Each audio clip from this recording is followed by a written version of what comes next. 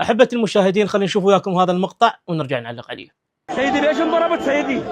ضربني انا اعمى مع الاسف باعوا سيدي بالطريق يا وكيل الاقدام. لا ضربت ولا يا رئيس الوزراء اريد النقاد العام. اسمع يا رئيس الوزراء، انا اعمى بالوجه. هو هذا تكريم الجرح؟ انتشر هذا المقطع في مواقع التواصل الاجتماعي. ضابط برتبة عقيد يتم الاعتداء عليه من قبل منتسب أثناء تظاهرة أمام هيئة التقاعد.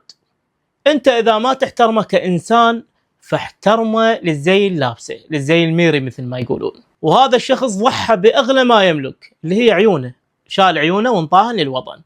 تعاملونه هكذا معاملة ليش؟ فاحنا نطالب السيد الزيدي أن يجعل هناك لجنة تحقيقية في هذا الحادث. يعني هذا رجل وعقيد وبطل ومط عيونه، اعدان المواطن البسيط ايش راح تسوون بيه؟ ليش ما صور؟ لا هاونا مع تضربوني اضرب الله انا صار. وين تضرب؟ شوف تضربني عشان تضربني. ونفس الوقت نوجه هذه رسالة للدكتور حسين العوادي. في هذه الأشهر الماضية نشوف العديد من المنتسبين، مع احتراماتنا للناس الطيبة من المنتسبين والضباط، نشوف العديد من المنتسبين يتعاملون مع المواطن معاملة سيئة جدا.